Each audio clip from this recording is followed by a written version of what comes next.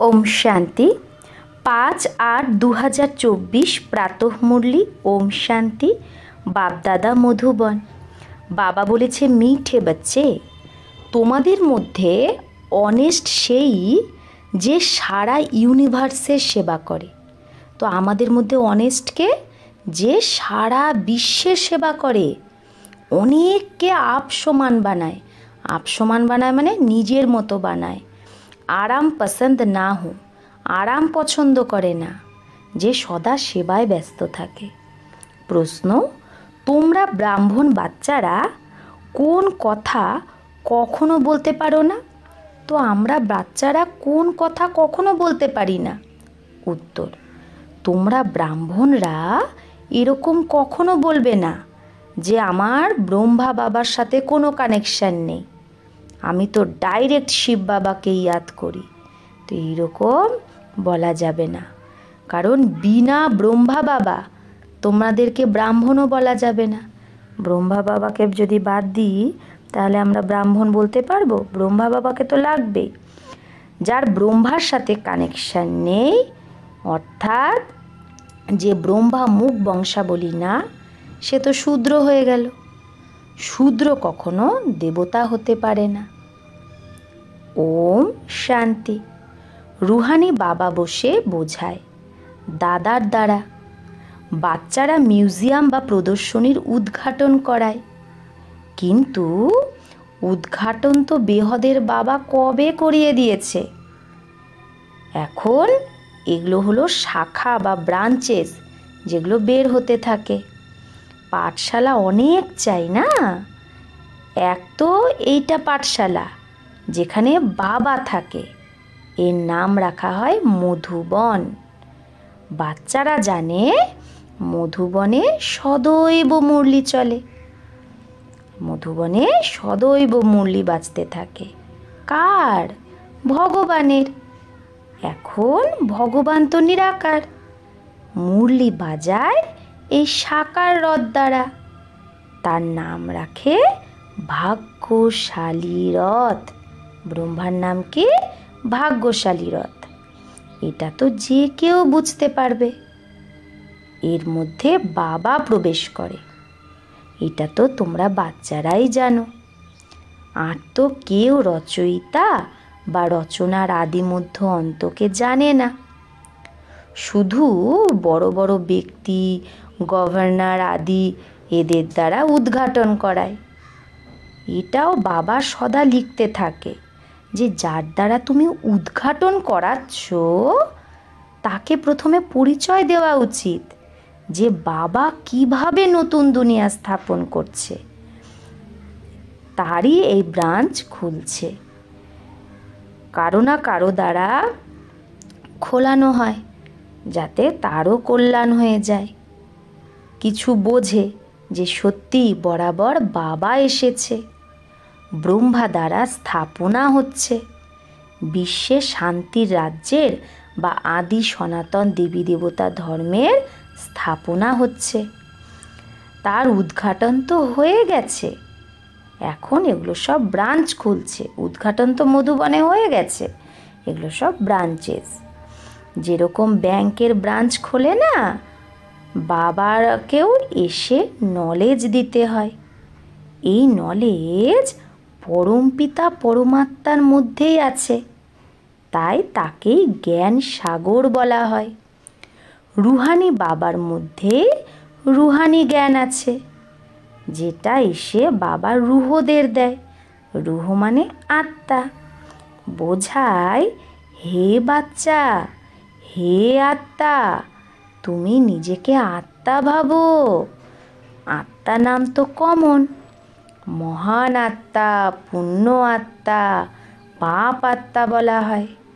তো আত্মাকে পরম পিতা পরমাত্মা বাবাই বোঝাচ্ছে। বাবা কেন আসে? নিশ্চয়ই বাচ্চাদের বর্ষা দিতে, বর্ষা মানে সম্পত্তি দিতে। আবার শতপ্রধান নতুন দুনিয়ায় আসতে হবে আমাদের। ওয়ার্ল্ডের হিস্ট্রি জিওগ্রাফি তো রিপিট অবশ্যই হবে। নতুন অথবা পুরানো দুনিয়া মানুষেরই হয়। বাবা বলে আমি আসি নতুন দুনিয়া রচতে। মানুষ ছাড়া তো দুনিয়া হয়ই না। নতুন দুনিয়ায় দেবী দেবতাদের রাজ্য ছিল, যেটা আবার স্থাপনা হচ্ছে। এখন তোমরা বাচ্চারা শূদ্র থেকে ব্রাহ্মণ হচ্ছ, আবার তোমাদেরই ব্রাহ্মণ থেকে দেবতা হতে হবে। তোমরা এটা শোনাতে পারো যে বাবা এই রকম বোঝায়। তোমরা নতুন দুনিয়ায় কি করে যেতে পারো? এখন তো তোমাদের আত্মা পতিত, বিকারী, সেটা তো আবার নির্বিকারী হতে হবে। জন্ম জন্মান্তরের পাপের বোঝা তোমাদের মাথায় আছে। পাপ কবে থেকে শুরু হয়? বাবা কত বছরের জন্য পুণ্য আত্মা বানায়, এটাও তোমরা বাচ্চারা এখন জানো। 21 জন্ম তোমরা পুণ্য আত্মা থাকো, তারপরে পাপ আত্মা হয়ে যাও। যেখানে পাপ হয় সেখানে তো দুঃখ হবেই। পাপ কি পাপ সেটাও বাবা বলে যে এক তো তোমরা ধর্মের অনেক গ্লানি করো, কত তোমরা পতিত হয়ে গেছো। আমাকে তো ডাকোই, হে পতিত পাবন এসো। তবেই তো আমি এসেছি। পাবন বানায় বাবা, সেই বাবাকে তোমরা গালি দাও, গ্লানি করো, তাই তোমরা পাপ আত্মা হয়ে যাও। বলেও, হে প্রভু, জন্ম জন্মান্তরের পাপী আমি, এসে পাবন বানাও। তো বাবা বোঝায় যে যে সব থেকে বেশি জন্ম নিয়েছে তারই অনেক জন্মের অন্তে আমি প্রবেশ করি। বাবা অনেক জন্ম কাকে বলে?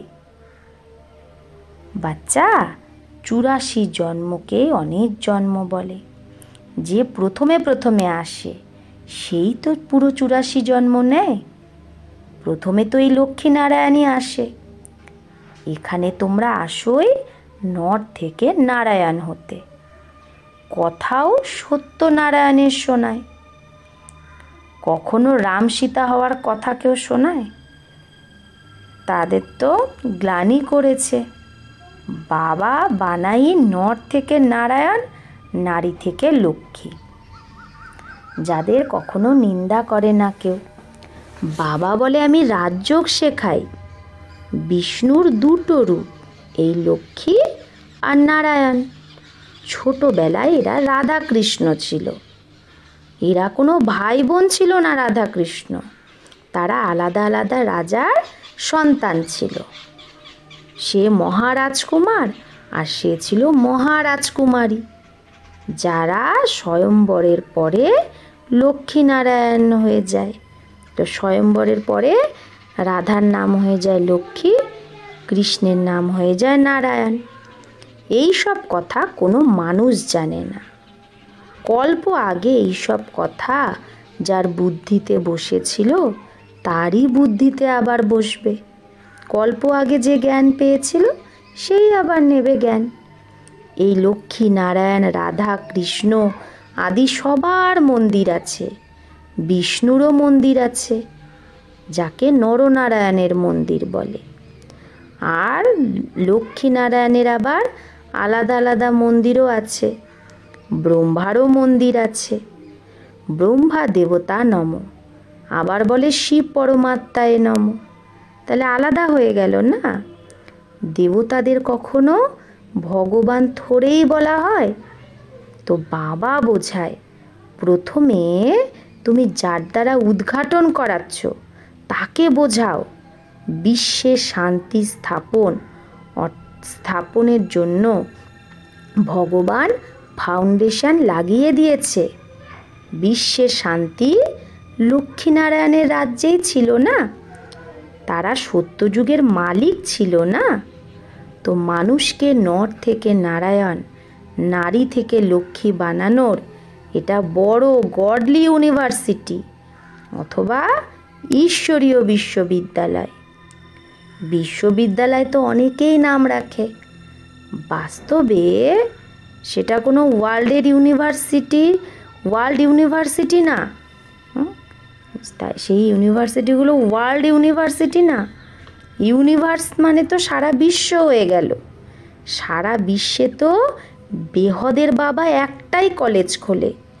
তোমরা জানো বিশ্বে পাবন হওয়ার বিশ্ববিদ্যালয় কেবল এটা একটাই, যেটা বাবা স্থাপন করে। বাবা সারা বিশ্বকে শান্তিধাম সুখধামে নিয়ে যায়। তাই একে বলে ঈশ্বরীয় বিশ্ববিদ্যালয়। মানে পুরো বিশ্বে এর ব্রাঞ্চ আছে।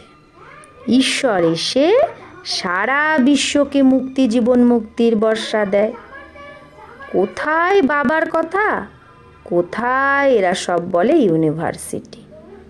ইউনিভার্স অর্থাৎ সারা দুনিয়াকে চেঞ্জ করা, এটা তো বাবারই কাজ না। তো বাবা বলে যে এই নাম আমাদের রাখতে দেয় না বিশ্ববিদ্যালয়, আর গভর্নমেন্ট নিজে রাখে বিশ্ববিদ্যালয়। এটা তো তোমাদের বোঝানো উচিত। তারাও প্রথমে তো वो भी पहले तो नहीं समझाएंगे। তাহলে তারা তো প্রথমে বোঝাবে না। তোমরা বলো আমাদের নাম হলো ব্রহ্মা কুমার কুমারী। ব্রহ্মা নাম কখন হলো লেকরাজে? যখন বাবা তার মধ্যে এসে তাকে রথ বানালো।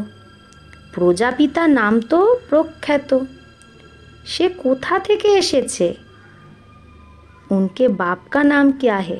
প্রজাপিতা ব্রহ্মার বাবার নাম কি?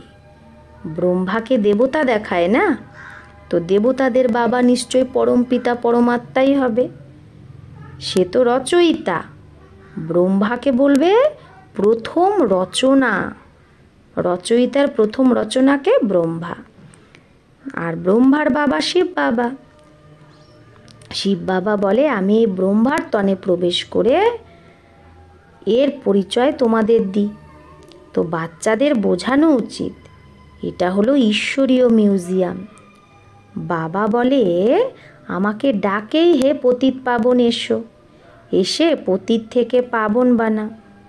এখন হে বাচ্চা, হে আত্মা, তুমি নিজের বাবাকে ইয়াদ করো তো পতিত থেকে পাবন হয়ে যাবে। মনমনা ভব এই অক্ষর তো গীতারই। ভগবান এক জ্ঞান সাগর, পতিত পাবন। শ্রীকৃষ্ণ তো পতিত পাবন হতে পারে না, সে পতিত দুনিয়ায় আসতেও পারে না। পতিত দুনিয়ায় পতিত পাবন বাবাই আসে। এখন আমাকে ইয়াদ করো তো পাপ ভস্য হবে।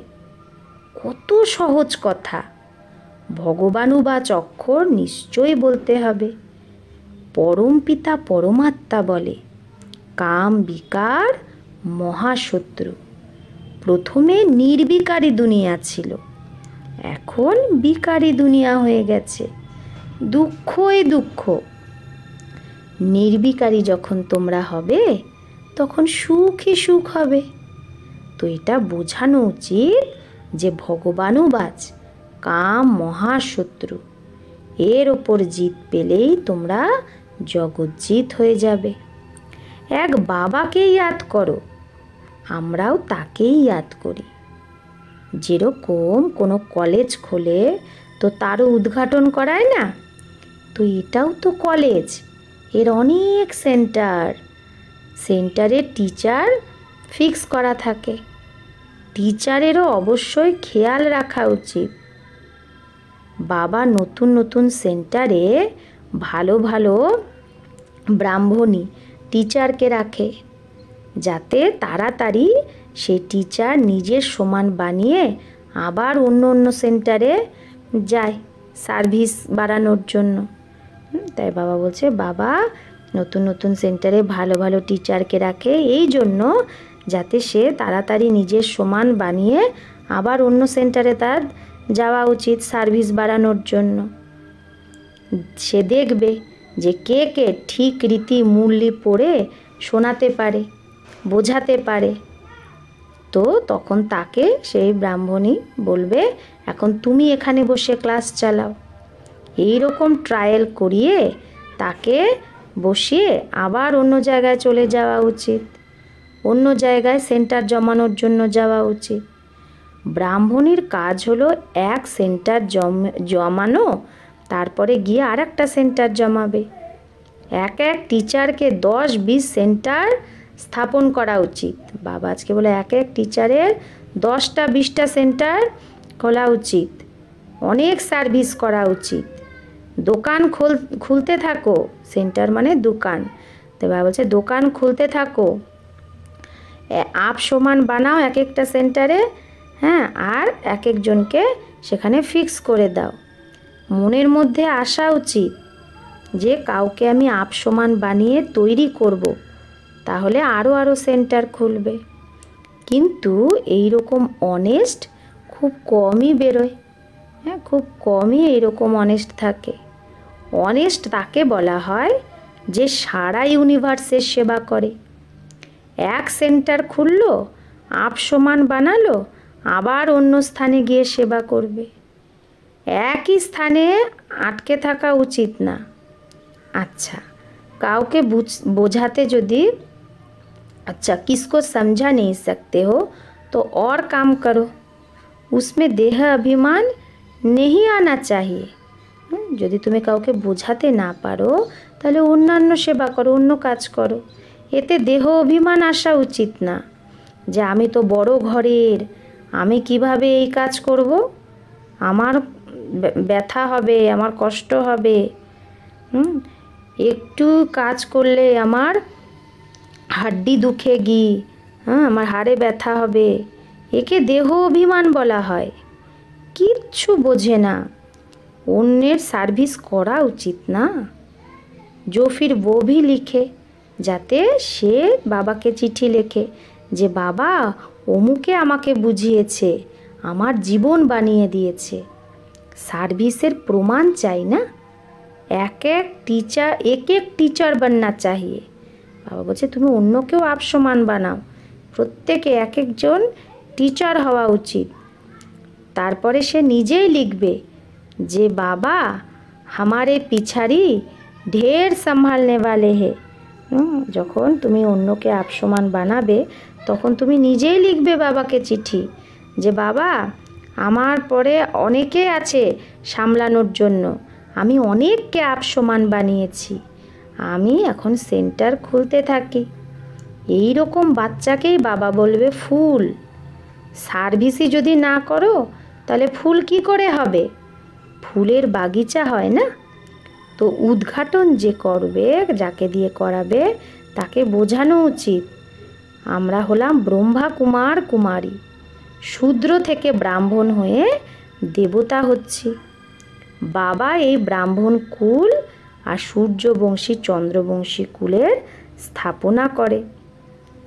এই সময় তো সবাই শূদ্র বর্ণের, সত্যযুগে দেবতা বর্ণের ছিল, আবার ক্ষত্রিয় বৈশ্য বর্ণের হয়েছে। বাবা জানে বাচ্চারা কত পয়েন্ট ভুলে যায়। প্রথমে হলো ব্রাহ্মণ বর্ণ, প্রজাপিতা ব্রহ্মার সন্তান। ব্রহ্মা কোথা থেকে এসেছে? এখানে ব্রহ্মা বসে আছে না, ভালোভাবে বোঝানো উচিত। ব্রহ্মা দ্বারা কার স্থাপনা? ব্রাহ্মণের। তারপরে তাদেরকে শিক্ষা দিয়ে দেবতা বানায়।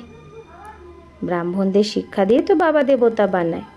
আমরা বাবার কাছে পড়ছি। মানুষ ভগবানুবাজ তো লিখে দেয় যে হে অর্জুন প্রতি, হ্যাঁ, যে অর্জুনের প্রতি ভগবানুবাজ। এখন অর্জুন কে ছিল সেটা কেউ জানে না।